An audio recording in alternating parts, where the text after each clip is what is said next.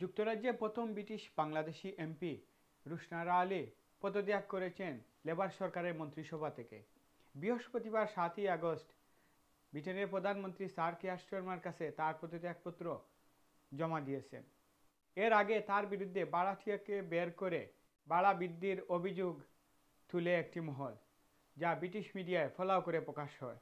এর জের ধরে অনেকে তার পদত্যাগ দাবি করেছেন।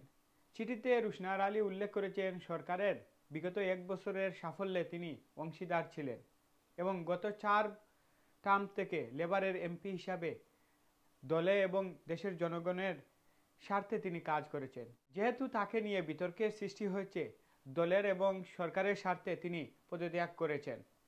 তবে রুশনারা আলী সরকারের যে কোনো প্রয়োজনে সরকারের পাশে থাকার অঙ্গীকার ব্যক্ত করেছেন। রুশনারা আলী 2010 সালে বেতনাল গ্রিন বহু আসন থেকে প্রথম এমপি হয়ে বাংলাদেশের নাম উজ্জ্বল করেছিলেন।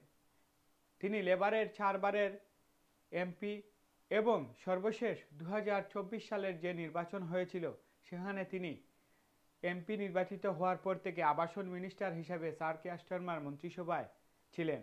এর আগে একই মন্ত্রিসভায় আরেক বাংলাদেশি এমপি সিটি মিনিস্টার হিসেবে টিউলিপ সিদ্দিকী ছিলেন। তবে দেশে ক্ষমতার অপব্যবহার এবং দুর্নীতির অভিযোগ উঠায় তিনিও পদত্যাগ করেছেন মন্ত্রিসভা থেকে। Faisal Mahmud, FM news, London.